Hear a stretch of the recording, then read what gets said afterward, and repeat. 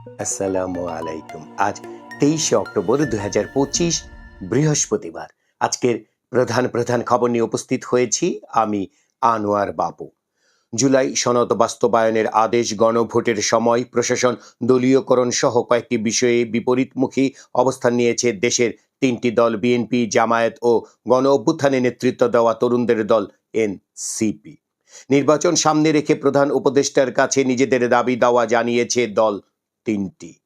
এসব দাবি পূরণে ভারসাম্য রেখে কিভাবে ত্রয়োদশ জাতীয় সংসদ নির্বাচন আয়োজন করা হবে তা নিয়ে চাপে পড়েছে ডক্টর মোহাম্মদ ইউনূসের নেতৃত্বাধীন অন্তর্বর্তী সরকার। জুলাই সনদ বাস্তবায়ন নিয়ে সম্প্রতি চরম মতভিন্নতা দেখা দেয় দলগুলোর মধ্যে। এ কারণে সনদে স্বাক্ষর অনুষ্ঠানে যোগ দেয়নি এনসিপি। এমন পরিস্থিতিতে রাজনৈতিক দলগুলোর সঙ্গে আবারও সংলাপ শুরু করেছে সরকার।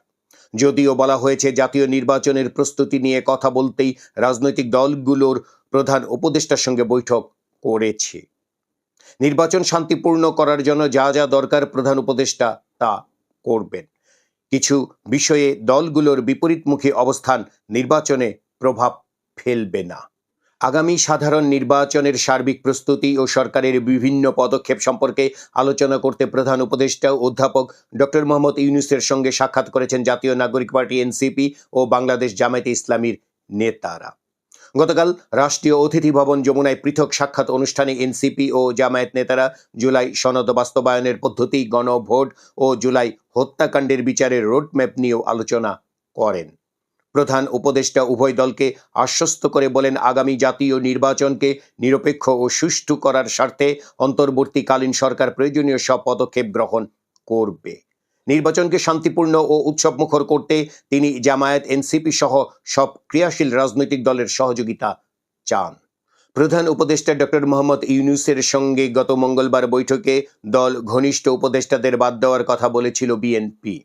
গতকাল বুধবারে জামায়াতে ইসলামী ও প্রধান উপদেষ্টাকে তার সরকারের কয়েকজন উপদেষ্টার বিরুদ্ধে বিএনপির পক্ষে কাজ করার অভিযোগ করেছে।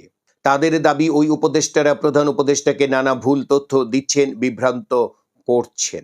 এ ব্যাপারে প্রধান উপদেষ্টাকে সতর্ক থাকতেও বলেছে দলটি। জামায়াতের দাবি, বর্তমান অন্তর্বর্তী সরকারের প্রশাসন ও পুলিশের 70 থেকে 80% লোকই বিএনপির। সংশ্লিষ্ট সূত্র জানিয়েছে, কোনো দলের প্রতি পক্ষপাত থাকা উপদেষ্টারা কারা, জামায়াত তাদের কারো নাম উল্লেখ করেনি। তবে এসব উপদেষ্টার ব্যাপারে প্রধান উপদেষ্টাকে সিদ্ধান্ত নেওয়ার অনুরোধ জানানো হয়েছে। দলটি বলেছে, নির্বাচনের আগে সরকারকে নিরপেক্ষতা বজায় রাখতে হবে। সচিবালয়, পুলিশ প্রশাসন ও নির্বাচন কমিশন সচিবালয়ে রদবদল আনতে হবে। বিএনপি গত মঙ্গলবার প্রধান উপদেষ্টার সঙ্গে সাক্ষাৎ করে অন্তর্বর্তী সরকারকে এখন থেকে নিরপেক্ষ তত্ত্বাবধায়ক সরকারের ভূমিকায় অবতীর্ণ হওয়ার পরামর্শ দিয়েছিল। পাশাপাশি উপদেষ্টা পরিষদে থাকা দল ঘনিষ্ঠদের বিষয়েও পদক্ষেপ নিতে বলেছিল।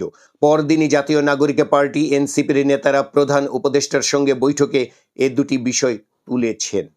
গতকাল বুধবার বিকেলে রাষ্ট্রীয় অতিথি ভবন যমুনায় এনসিপির আহ্বায়ক নাহিদ ইসলামের নেতৃত্বে দলটির একটি প্রতিনিধি দল প্রধান উপদেষ্টার সঙ্গে সাক্ষাৎ করেন।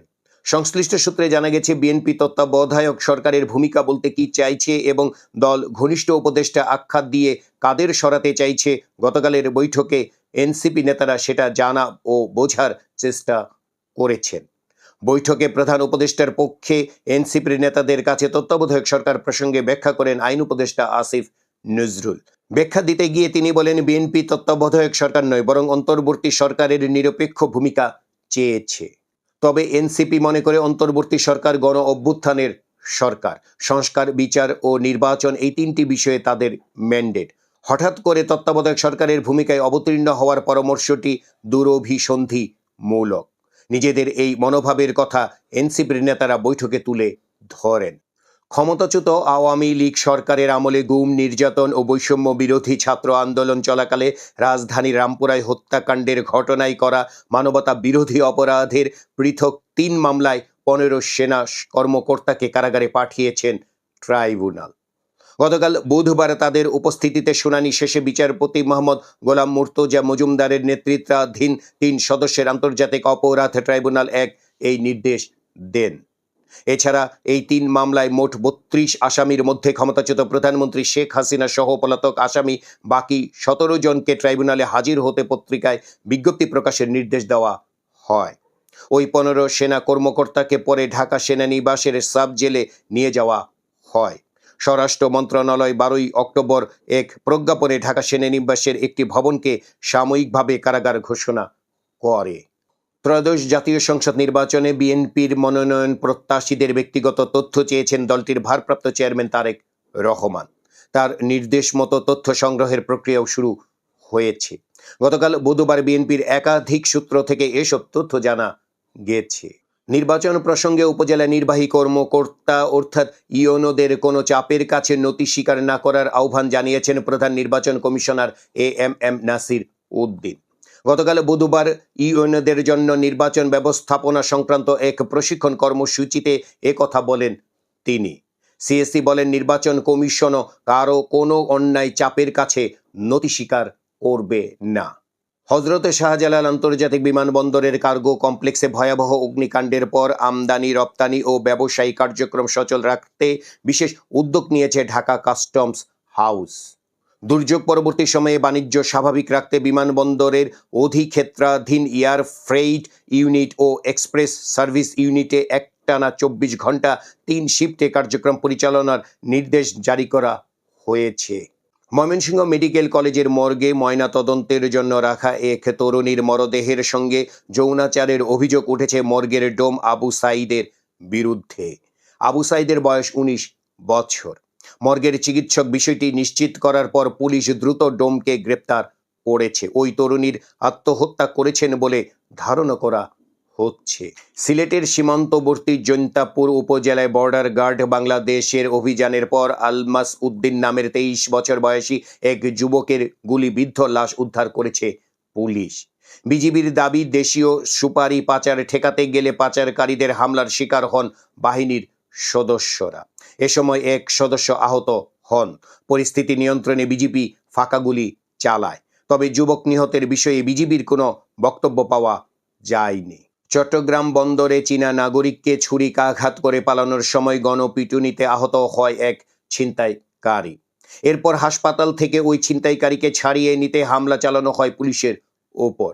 এ সময় চিকিৎসাধীন ছিনতাইকারী পালিয়ে যায়। অবশ্য এই ঘটনার পর একাধিক সাঁড়াশি অভিযানে পুলিশ সদস্যকে ছুরিকাঘাতকারী সহ 7 জনকে গ্রেপ্তার করা হয়েছে। সারা দেশে গত 24 ঘন্টায় ডেঙ্গুতে আক্রান্ত হয়ে 2 জনের মৃত্যু হয়েছে, আর নতুন করে হাসপাতালে ভর্তি হয়েছেন 762 জন। বাংলা ভাষার অন্যতম প্রধান কবি শামসুর রাহমানের আজ 96তম জন্মদিন।